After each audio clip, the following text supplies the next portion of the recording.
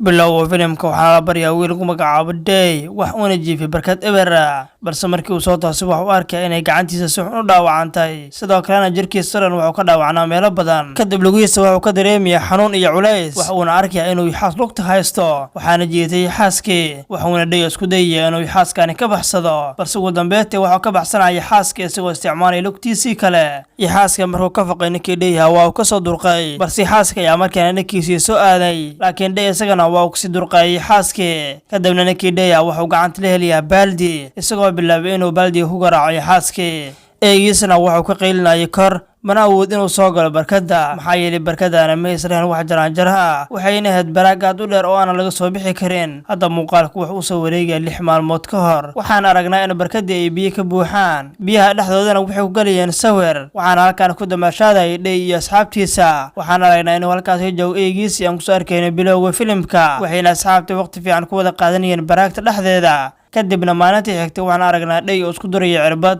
sababtoo isaga wax uu qabay cudurka macaanka ama sokorta sidoo kalena waxa halkaas u yimid saaxiibtiisii waxaana bilaabay inay sheekaystaan waxaana u yimaadeen asxaabtooda iyagoo galay sawir guud aan ku xusay daawadeenno socodsi muuqaalka oo la gaari muhiim ay noo tahay haddii aad nagu cusub tahay nagu soo biir kadib asxaabtii Day mid ay halkaas ugu tageen subaxdii xigtay waxay ahayd maalintii barkada laga xiray lahaa biyaha waxaana barkadii laga xiriyaa biyihii ninkii Day ahana kaligiis ayaa barkada hadda joogay kadibna waxa halkaas ugu yimid saaxiibkiisii isagoo u sheegay inuu isaga galayo fasax dalxiis oo aad u dheer sidoo kalena waxa uu saaxiibkiisa u sheegay inuu barkadani ka soo baxo maxaa yeelay biyaha waa ay sii yaraanayaan waqtigaasna way adkaan doontaa inuu barkadani ka soo baxo sababtoo barkadani ma israel wax jaraanjara waxaana saaxiibkiisa ku yiri barkada ka soo bax ogow anigana waxaan ku dalbi doonaa pizza saaxiibkiisa eegiisa meel ayuu ugu xiray wax uuna qaatay boolsidiisa isagoo halkaas ka dhaqaajiyay markale ninkii Day waa uu saaxday iyadoo biyo ay sii guriyaan kadibna waa uu soo kacay iyadoo biyihii ay kala bar gureen xaaladana way ku cadaatay wax uuna bilaabay inuu dabaasho si uu barkadan ugu baxo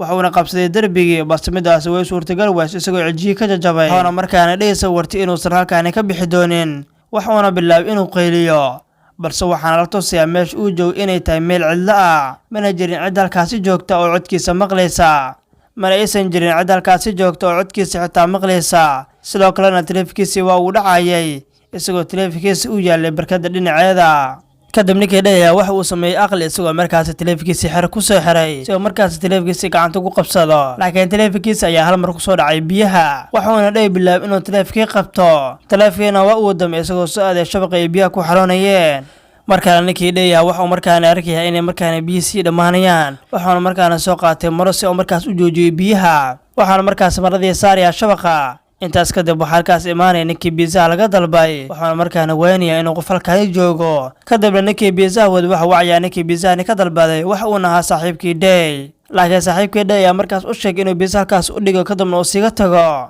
laakiin intuu halkaas ka tagin waxa arkay ninkii Day waxaana markaan Day dareemay inuu halkaan yimid qof isaga caawiya waxaana markaas ku dayay inuu si degdeg u soo baxo laakiin kateenadiisa ayaa shabaqi ugu dhagtay waxaana markaan Day isku dayay inuu kateenadii halkaas ku fujiyo si markaas uu ninkaan u caawiyo laakiin wiilkii pizza ayuu halkaas dhigay isagoo halkaas ka dhaqaajiyay marka uu soo baxana waa uu qeyliyay balse halkaas wax joogay ma aysan jirin markale ninkii Day waxa markaana dareemay in hubaalta inuu qof halkaan imaan doono si uu isku badbaadiyo laakiin isagoo halkaas wax badan ka fikirin ayuu markaas iska saaxanaya balse ugu dambeyntii muddo ka bacdi waxa halkaas imaanay saaxiibtiisii taas oo lagu magacaabo Koy waxaana markaan dareemay inuu saaxiibkeeda ku dhex hurday barkada laakiin ma aysan ogeyn inay barkada sii gurtay oo biyo yar ay ku sii dambeeyaan waxaana markaana doonaysa inay barkadii ku boodo laakiin markaa ninkii Day ayaa markaa ka soo kacaya isagoo markaas weli ay hurdidii ku dambeyso waxaana markaan arkaya in saaxiibtiisa ay markaana bannaanka taagan tahay waxaana markaas u sheegay inay isla soo boodeen laakiin Koy oo markaas soo caraysay lugta ayaa u baxday waxaana markaas madaxa ku dirsay talka laga soo boodi jiray iyadoo markaas biyo ku soo dhacday waxaana markaas madaxa ka soo gaaray dhaawac aan caadi ahayn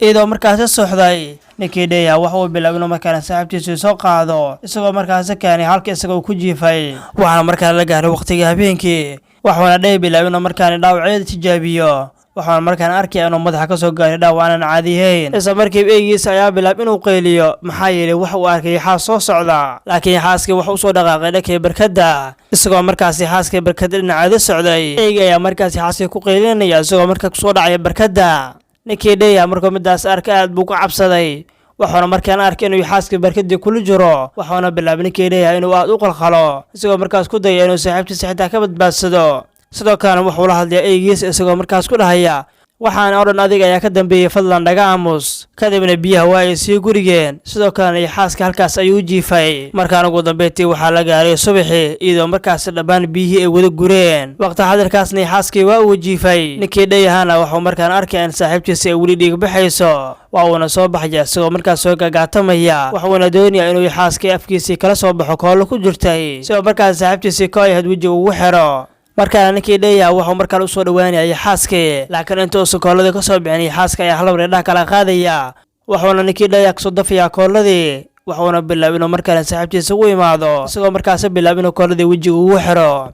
sidoo kale saaxiibtiisii wuxuu markaan siinayaa biyo soo markaas dhuunteedii u qooyo. intaas kadib ninkii dheeyaha wuxuu markaan isku dayayaa inuu markaas furo shabaqii ay biyaha ku qulqulayeen. waxaana bilaabay inuu markaan boolshii ka furo isagoo bilaabay inuu jiido shabaqii balse ugu dambeyntii ninkii kooja wuxuu furayaa shabaqii. yaxaaska ayaa markaas imaanaya isagoo markaas halkaasi galaya.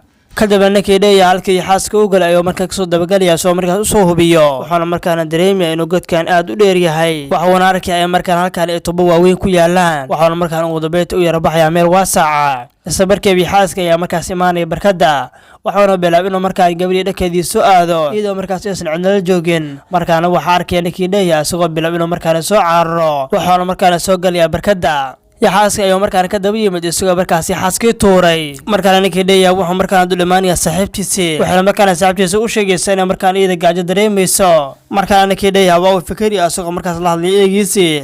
waxa uun eygiisa ku leeyahay isoo tuuri biiza halkaasi yaalla. eygii ayaa markaas usoo tuuraya biizihii laakiin ninkii dheeyaha markii uu soo qaaday biizihii wax uu dareemayaa in biizahan oo waqti badan yaalay halkaasi laakiin ma aysan haysanin wax kale waxayna iska cunayaan biizahaas. kadib waxaa la gaaray subaxii waxayna ahayd maalintii afraad oo halkaan ay ku jiraan xataa ma aysan haysanin wax biyaha oo ay cabaan. markaana ninkii dheeyaha waa uu daciifay. wuxuuna bilaabay inuu markaana miir daboolmo isagoo dhulka ku dhacay. maalintii oo dhan halkaas ayuu yaalay isagoo miir daboolna. habeenkiina dhey markii dhaah soo kala qaado wuxuu markaan arkayaa in saaxiibtiisii ay markaana kor joogto iyadoo markaasi baxnaaninaysa oona la hadlaysay. waxayna markaana dareemaya in xaaskaan u helay xaas kale oo nin ah. waxaana markaas dhalayaa ukumo badan. intaas kadib isla habeenkiiba waxaa markaasi baanay roob aad u tiro badan. waxaana markaas ku daayay roob iyagoo markaasi qaboobay.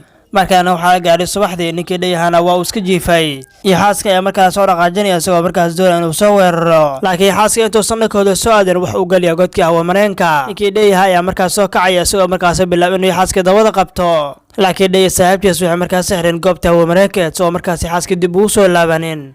waxayna markaas shiteen dab si ay markaas u karsadaan ukumihi yaxaaskii. waxayna bilaabeen inay markaan ukumihi yaxaaskii karsadaan iyagoo markaas ugu dambeyntii yaxaaska ukumihiisii cunay. waxayna markaana dareemeen xoogaa tamar ah.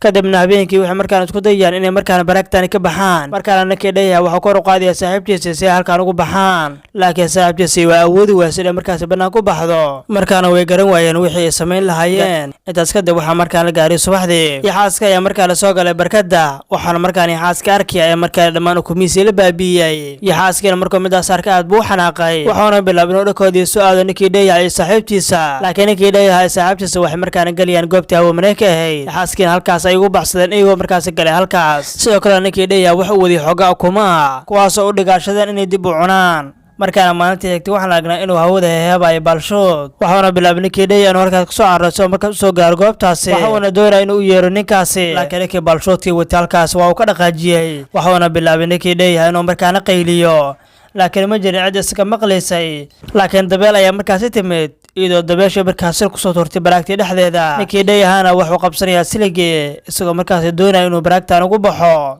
laakiin siligii meeshii uu ku xirnaa ayaa markaas sii dabcaysay. laakiin ugu dambeyntii ninkii dheeyaha markii uu gaaray meeshii loogu baxayay laakiin siligii ayaa meeshaas kasoo furmaya. waxuuna markaasi bilaabay ninkii dheeyaha inuu markaas dhul kusoo dhaco isagoo markaas soo qaatay shukumaankii oo keliya. markaana waxaa soo kululaatay qoraxdii. ninkii dheeyahana wax uu jiifiyay dhulka isagoo markaas miir daboolna. waxayna ahayd maalintii toddobaad. waxuuna markaan arkayaa in markaan yaxaaskii oo markaan haysto lugta isagoo markaas lugtiisii cunayay. eygiisna waxuu ka qaylinayay korkiisa. markaan habeenkii waxaa bilaabanaya inuu soo da'a roob. roobka ayaa bilaabay inuu markaan hawamareenkii buuxiyo. saaxiibtiisiina waxay markaasi joogtaa hawamareenkii. sidoo kale ninkii dheeyaha wax uu dareemayay dhaawac aan caadihayn isagoo markaas xitaa lugtii oo dhaawac ka soo gaaray. laakiin isla mar ahaantaana laba qof ayaa halkaasi timid. waxayna halkaan u yimaadeen si ay markaas u arkaan baalshoodka ay ku ciyaariyeen oo halkaan ku soo dhacay. waxayna markaas labadii qof soo galeen barkadii dhexdeeda iyagoo markaas isticmaalay jaranjar. waxayna halkaas ka qaateen baalshoodkoodii, laakiin ninkii dheeyahay ayaa markaas maqlayay shanqaar isagoo markaas dareemay inay laba qof halkaan imaadeen. markuu barkadii soo gaaro wuxuu markaan arkay inay jaranjar halkaasi taallo. markuu jaranjartaas arkay aad buu ugu farxay, waxa uuna soo baxay isagoo markaas lugtiisii ay aad dhaawac u ahayd, wuxuuna markaas dareemayay xanuun saa'ida. sidoo kalena saaxiibtiisii waxaa markaan hawameelkii kasoo buuxsamayay biyo, iyadoo markaas ku sigatay inay biyo ku dhimato. ninkii dheeyahana waxaa markaan soo weerarayay xaaskii isagoo markaas doonaya in ugu dambeyntii soo afjaro, laakiin xaaskii wuxuu dabjoog u soo weerarayay ninkii dheeyaha isagoo markaas doonaya inuu gebi ahaantiisba cuno. laakiin ninkii dheeyaha wuxuu soo jabsanayaa fadhigii lugtiisii mid ka mid ah, waxuuna bilaabay ninkii dheeyaha inuu xaaskii ka taago isagoo ugu dambeyntii xaaska halkaas ku dilay. waa uuna soo baxaya isagoo markaas arkay in jaranjarta ay sii socoto, sababtoo ah jaranjartaas waxaa ku xirnaa xereg. xergeena waxaa markaas la taaraxaya fuustooyin. jaranjarteen waxay markaas ka bixaysaa dhammaan baraagtii, laakiin eygiisa ayaa markaas wax isku tuuraya baraagta isagoo markaas eygiisa u qabtay xergii ku xirnaa, waxuuna eygiisii ku dhimanayaa halkaas. ninkii dheeyahayna midaas waxay ku noqonaysaa walwal kale, wuxuuna qabsanayaa eygiisii xergii ku xirnaa isagoo markaan ugu dambeyntii u baxaya bannaanka. laakiin markii uu bannaanka u baxo waxa ugu dambeyntii ogaanaya in saaxiibtiisa ay weli ku jirta hawamareenkii, waxaana markaan isku dayay inuu markaan hawamareenkii fujiyo, laakiin ninkii dheeyahay midaasi waa uu awoodi waayey. isla markiiba ninkii dheeyahay waxuu markaan soo geliyaa baraagtii isagoo markaas soo gelaya hawamareenka, waxaana markaan saaxiibtiis u soo saaraya bannaanka. waxuuna bilaabin saaxiibtiisii uu afka ka afuufo si ay markaas u soo kacdo, laakiin ugu dambeyntii saaxiibtiisi ayaa markaas u soo kacday. waxayna bilaabeen inay hab siiyaan iyagoo markaas aad ugu faraxsan inay markale is helaan. waxaana markaan halkaas ku dhammaanayay filimkii. maanta muuqaalkeena waxaan dhihi karnaa waxa waa mid aad u xiiso badan. intaan muuqaalkaan midkii xiiso badan kulmi doono, sidaas iyo nabaadiino.